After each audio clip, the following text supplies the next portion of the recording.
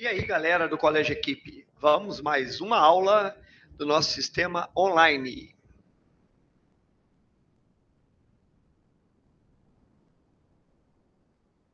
A nossa aula de hoje vai ser sobre citologia. Aqui, ó, citologia, beleza? A primeira aula de citologia, então. Bem, o que é a citologia, galera? Citologia é a parte da biologia que estuda as células, tá? Na natureza, nós conhecemos seres acelulares, que são os vírus, e conhecemos seres celulares de dois tipos: os procariontes, que são as bactérias e as algas azuis ou cianofícias. Esses dois fazem parte de um reino específico, que é chamado reino Monera, e os seres celulares, que são eucariontes. Aí são 4 reinos, né? O protista, que são os protozoários e algas, o reino fungi, que são os fungos, o reino plantae ou metáfita, que são as plantas, e o reino animalia ou metazoa, que somos nós, os animais, tá? Bem, antes de eu partir direto para a citologia em si, eu gostaria de fazer uma comparação entre esses organismos. Aqui tem o vírus representando os seres acelulares, o Monera representando os seres procariontes, e protista, fungo e vegetal e animal, que representa os seres eucariontes. E aqui nós temos todas as estruturas que são encontradas nesses seres, né? Material genético, núcleo, ribossomo, retículo endoplasmático, complexo de Golgi, lisossomos, mitocôndrias, centríolos, cloroplastos, vacúolos e citoesqueleto, tá? Sempre que aparece um mais aqui, significa que existe nesse organismo. Se aparecer um menos, é que não existe. Observe, por exemplo, os vírus, que são acelulares. Eles têm material genético? Tem. Tá? Todo ser vivo tem que ter. Olha aqui, ó, todos os seres vivos têm material genético, tudo é mais, ó. Mas vírus não tem núcleo, não tem ribossomo, não tem retículo endoplasmático, não tem complexo. Por quê? Porque vírus é acelular, então ele não tem nada que tem dentro da célula, tá vendo? Nada, tudo menos. Então, vírus, em relação ao ser vivo, ele só tem o material genético, beleza? Bem, o reino Monera, tá? Ele continua tendo material genético, ele tem material genético, mas ele não tem um núcleo organizado. Ele tem ribossomos. Ribossomo ele tem para fazer síntese proteica, mas não tem nenhuma outra organela típica das células eucariotas. A única organela que Monera tem, além da célula em si, são os ribossomos. Os protistas já têm material genético, óbvio, tem núcleo, porque são eucariontes, tem ribossomos, tem retículo endoplasmático. Perceba que todos esses aqui, ó, tem núcleo, todos têm ribossomos, né? Os protistas, os fungos, os vegetais e os animais. Todos têm complexo de Golgi, todos têm retículo endoplasmático, todos têm lisossomos, todos podem ter mitocôndria, vai depender se é aeróbio ou anaeróbio. Cuidado com os centríolos, tá? Não existe centríolo em vegetais superiores, tá? Cloroplasto não, só está presente em alguns protistas, que são as algas. Não tem cloroplasto em fungo, nem cloroplasto em animal. Cloroplasto é típico de vegetal. E o vacúolo também é típico de vegetal. E o citoesqueleto tem em todas. Então, aqui uma boa comparação, né, sobre as células. Os seres acelulares, os seres procariontes e os seres eucariontes. Beleza? Bem, fazendo a comparação entre uma célula procariota do reino Monera, que são as algas azuis e as bactérias, e uma célula eucariota, que corresponde a todos os outros seres vivos, protistas, fungos, plantas e animais, nós podemos fazer uma comparação, né? Célula procariota, toda célula procariota não apresenta o envoltório nuclear. Não pode falar que célula procariota não tem núcleo, não, gente. Eles não têm o envoltório, a membrana nuclear, tá? Mas eles têm, em comparação, uma parede celular. Toda célula procariota tem essa parede externa aqui, ó, dura, rígida, em volta a ela aqui, ó, parede celular, que está em volta da membrana citoplasmática. Além disso, o núcleo da célula procariota está disperso no citoplasma na forma de um DNA-C, que é o DNA circular. Está aqui, ó, o DNA circular é típico das células procariotas. E os ribossomos, que são da célula procariota, a única organela que tem na célula procariota, ele é um pouco menor. ele é do tipo 70S, está escrito aqui, ó, ribossomo 70S, são menores. E uma outra característica da célula procariota é que elas não possuem nenhuma organela membranosa. A única organela que tem na célula procariota são os ribossomos. Deixa eu apagar essa lenha que eu fiz aqui, tá? Agora vamos para a célula eucariota. A célula eucariota, elas têm envoltório nuclear, a carioteca. O DNA nosso é DNA linear, é o cromossomo ou a cromatina. Os nossos ribossomos são maiores, são do tipo 80S. E nós possuímos todas as organelas membranosas. Quais são elas? Mitocôndria, lisossomo, retículo endoplasmático rugoso, retículo endoplasmático liso, complexo de Golgi, tá? São todas as organelas que apresentam membrana. E o nosso ribossomo não é pequeno igual ao da célula procariota, do tipo 70S. O nosso é do tipo 80S. Beleza? Bem, e dentro da célula eucariota, nós vamos começar a estudar a membrana citoplasmática. Voltemos aqui, ó. Tem membrana tanto na célula procariota quanto na célula eucariota. Né? Vamos lembrar aqui da membrana, ó. Ela tem em todos os tipos de célula. A membrana é a parte fundamental, ó. Tem tanto na célula membrana, tá aqui, ó, membrana celular, e aqui também tem a membrana. Cadê? Membrana. Não aparece aqui o nome dela, mas ela está aqui revestindo a célula, a membrana citoplasmática. Beleza? Bem, o que é a membrana citoplasmática? É uma camada fina, delgada, finíssima, que reveste e delimita todas as células vivas. Se não existisse a membrana, não haveria célula viva. Quais são as funções, galera, da membrana citoplasmática? Primeiro, revestir e dar limites. Então, se você pega aqui, ó, uma célula, aqui eu estou com um pontinho dentro da célula, aqui eu estou com um pontinho fora da célula. Então, quem cria o limite entre fora da célula e entre dentro da célula é exatamente a membrana citoplasmática. Então, ela dá limites, ela delimita porque ela dá limites. Outra função da membrana, ela dá forma à célula. É óbvio que numa célula que tem parede celular, mais importante do que a membrana é a parede para dar forma. Mas nas células que não têm parede celular, a membrana é muito importante no formato da célula. A membrana controla tudo que entra e sai da célula, controla as trocas entre a célula e o meio. Tudo que entra e tudo que sai da célula tem que passar pela membrana, então ela que controla essas trocas. Outra função da membrana é receber estímulos externos. Quando vem um estímulo e chega na célula, o primeiro lugar que ela encontra é a membrana, tá? Então ela recebe estímulos externos. E uma outra coisa que nós vamos aprender é que a membrana, ela não é uma camada inerte, igual um plástico, igual um papel. A membrana, ela executa metabolismo celular. Reações químicas acontecem em cima da membrana. Por isso, a membrana executa metabolismo celular. Como a membrana é tão fininha, tão delgada que não dá para ver, tá? No microscópio óptico, eu só vejo a delimitação da célula. No microscópio eletrônico, eu vejo que ela é formada por 3 camadas. Aí, o Singer e o Nicholson propuseram um modelo chamado modelo do mosaico fluido, para tentar explicar como é que seria uma membrana. Ninguém nunca viu isso aqui não, tá, gente? Isso é uma proposta, é um modelo proposto por 2 cientistas que é aceito até hoje. Segundo esse modelo, a membrana seria formada por uma bicamada de fosfolipídios. Está aqui, ó. Aqui eu tenho um fosfolipídio e aqui eu tenho outro fosfolipídio. Então eu tenho 2 camadas. Uma camada está com fosfolipídio com a cabecinha para o lado de fora da célula e a outra camada está com fosfolipídio com a cabecinha para o lado de dentro da célula. Essa cabecinha do fosfolipídio, gente, é a parte polar do fosfolipídio. E os rabinhos é a parte não polar do fosfolipídio. Ó, cabecinha polar para o lado de dentro, cabecinha polar para o lado de fora. E no meio, os rabinhos apolares, beleza? Tá? Nessa bicamada lipídica que é fluida, tá? Ela é molenga, ela fica flutuando, tá? Existem proteínas flutuantes que podem até atravessar essa bicamada.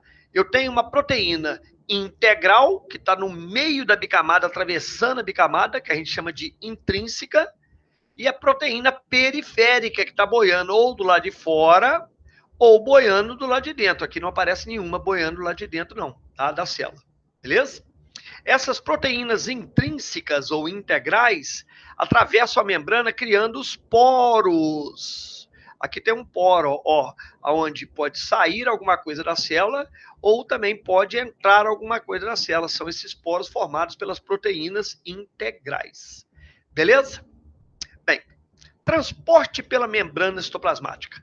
O transporte pela membrana, ele é um transporte que se dá de forma controlada. Por quê? Porque a membrana ela tem voluntariedade. A membrana seleciona o que entra e o que sai dela. Então, nós dizemos que a membrana tem permeabilidade seletiva.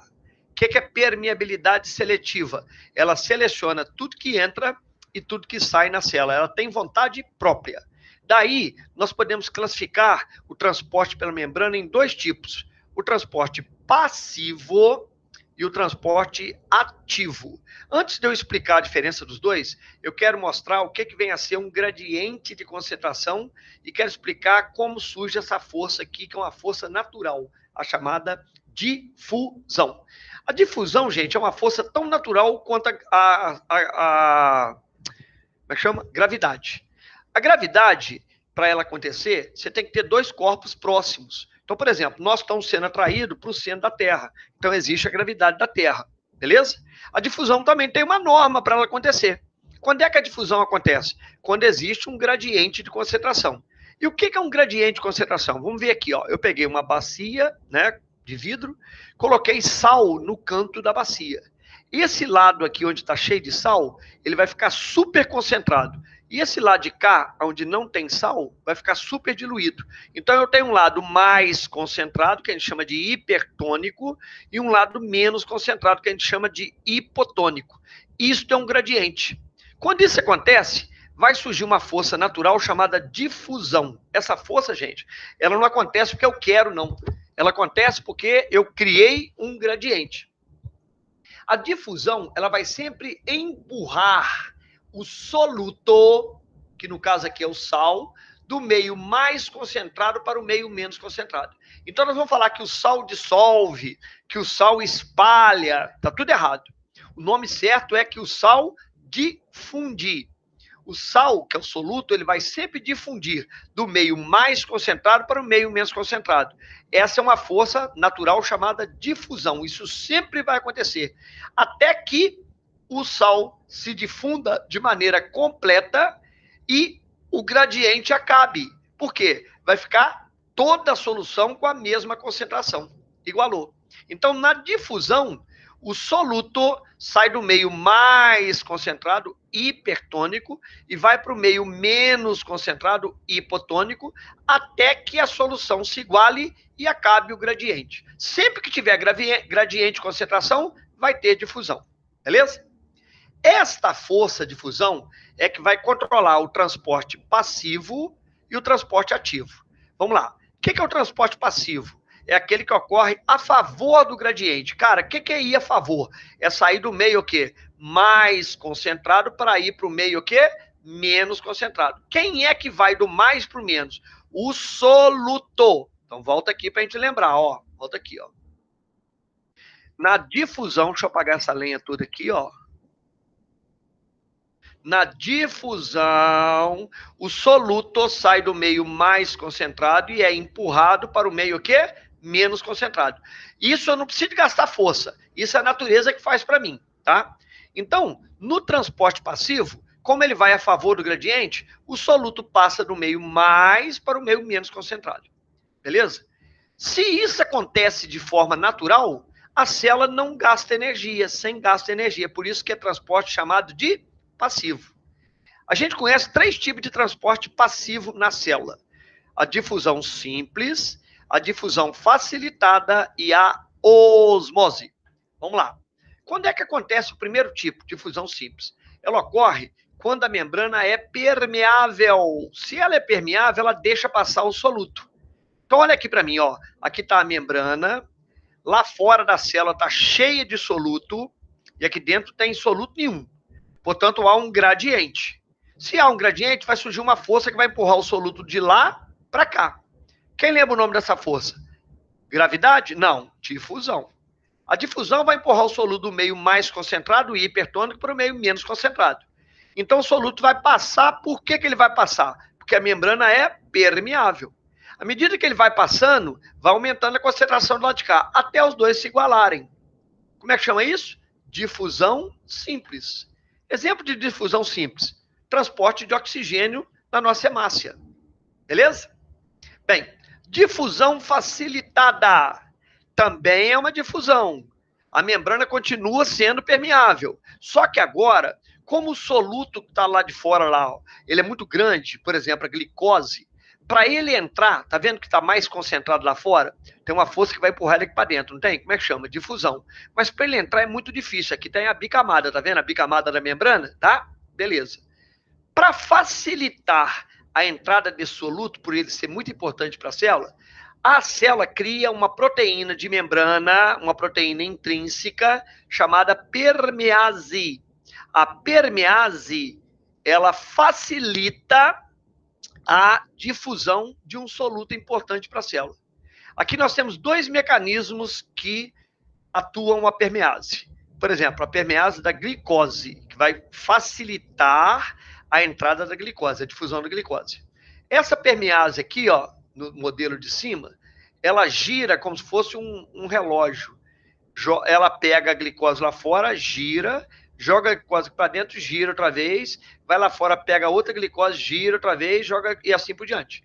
Cuidado, a permease ela não gasta energia para isso não. Quem faz a permease girar para jogar a glicose para dentro é a força da difusão.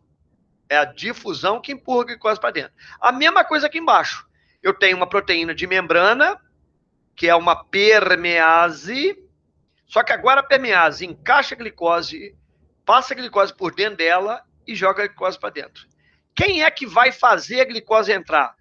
É a força da difusão. Por quê? Porque lá fora está mais concentrado do que aqui dentro. Aí surge um gradiente que vai jogar a glicose para dentro. Como a glicose demora a passar, existe a permease que vai facilitar a entrada da glicose. Como é que chama isso? Difusão facilitada. Beleza? Bem, e a osmose? A osmose também é um transporte passivo. Portanto, vai a favor do gradiente sem gasto de energia. Só que a membrana agora, gente, ela é semipermeável. O que é uma membrana semipermeável?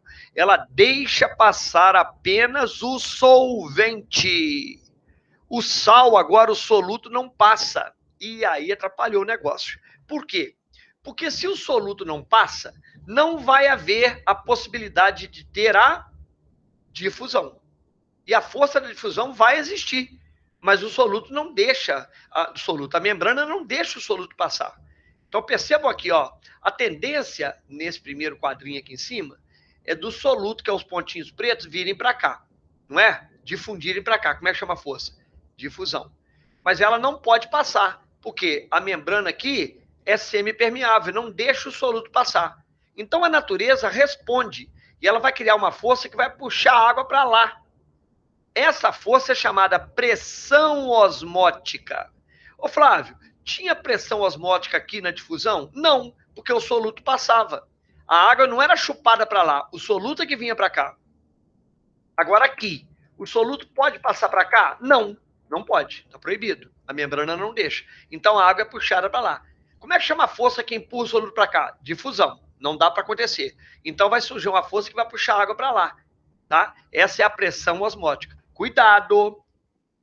A difusão vai levar o soluto do meio mais concentrado para o meio menos concentrado. Ponto. E a pressão osmótica vai levar o solvente do meio menos concentrado, hipotônico, para o meio mais concentrado.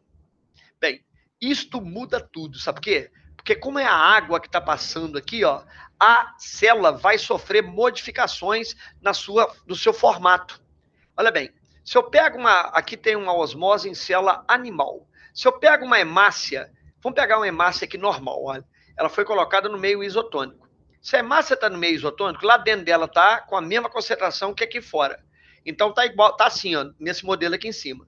A tendência do sal é passar para lá e passar para cá. Como a membrana não deixa o sal passar, porque ela é semipermeável, a água que sai é a mesma que entra. Se a água que entra é a mesma que a água que sai, a hemácia vai ficar na sua forma normal, porque ela foi colocada no meio isotônico. Então, no meio isotônico, com concentração igual, toda a água que entra na célula animal sai da célula animal e a célula permanece no seu estado normal. Lembre-se, sempre que eu quiser ver uma célula no seu estado normal, eu tenho que colocá-la no microscópio no meio isotônico, beleza? Tá. Agora, se eu pego a hemácia, que tem concentração de 0,9%, tá? A concentração das nossas células é mais ou menos 0,9%. E coloco no meio salgado, onde a concentração é de 1,5%. Nossa, muito sal. Vamos lá. Qual é a tendência do sal? Entrar na hemácia. Mas o sal pode entrar? Não, porque a membrana não deixa. Se o sal não pode entrar, a água vai sair. Então vamos lá. A água vai sair, a água vai sair, a água vai sair, a água vai sair, a água vai sair. E olha como é que a hemácia ficou, gente. Toda amarrotada, porque ela perdeu água. Ah, Flávia, tá murcha. Não pode falar murcha. A célula A, que é uma célula animal colocada no meio hipertônico, ela perde água para o meio e ela fica crenada. É o que acontece com a gente quando a gente fica muito tempo num banho, quando a gente fica muito tempo no mar, a nossa mão não fica toda enrugada. Por quê? Porque a nossa célula foi colocada no meio hipertônico e perdeu água para o meio por osmose. Beleza?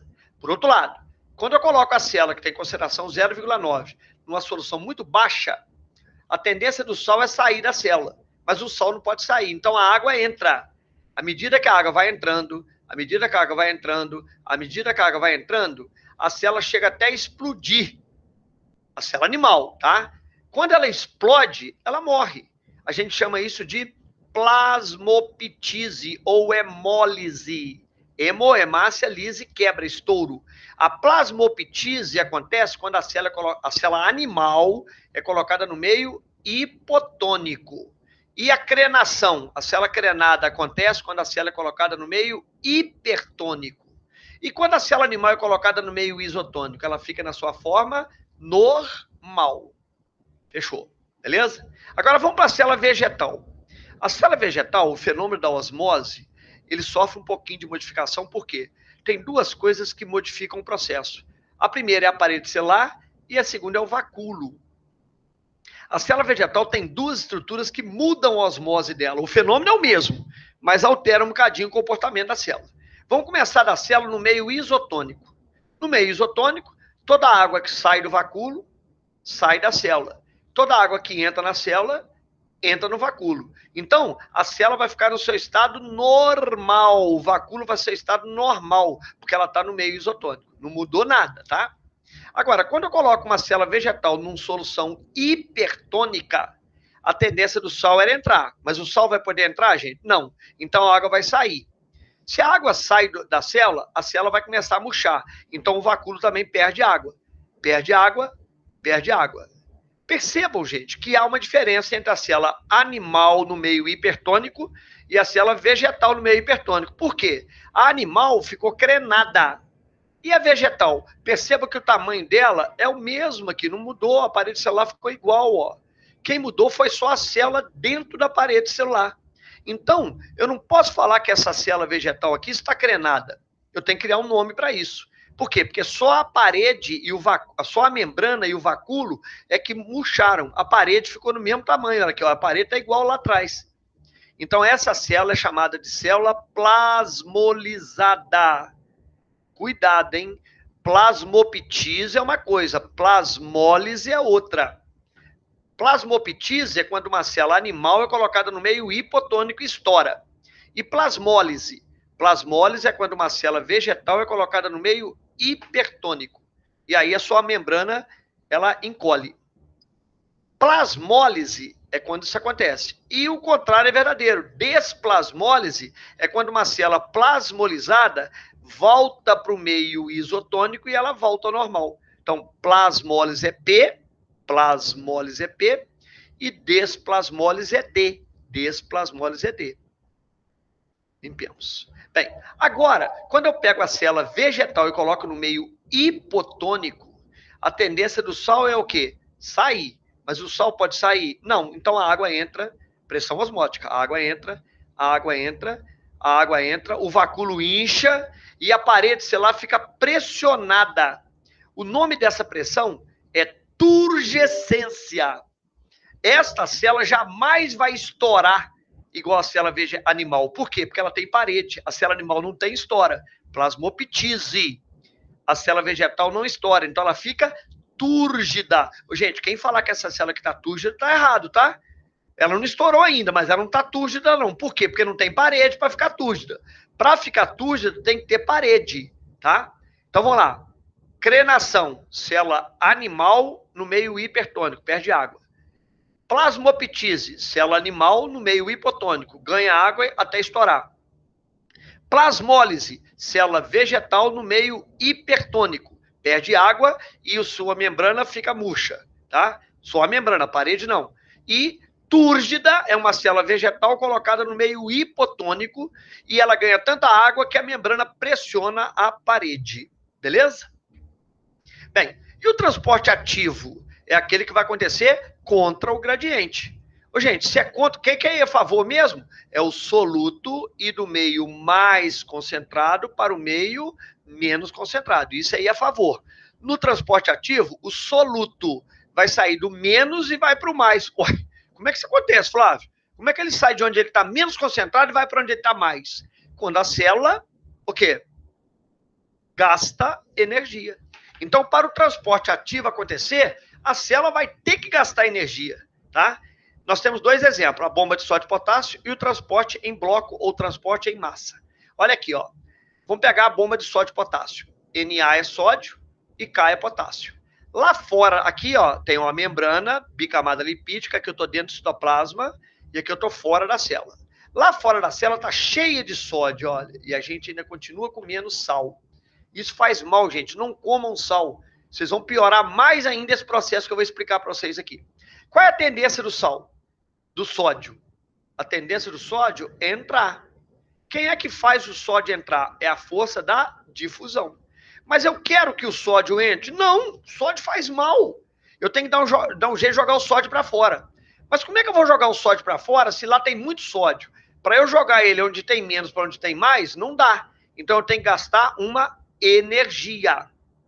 Bem, ao mesmo tempo que eu jogo o sódio para fora, eu crio um problema. Por quê?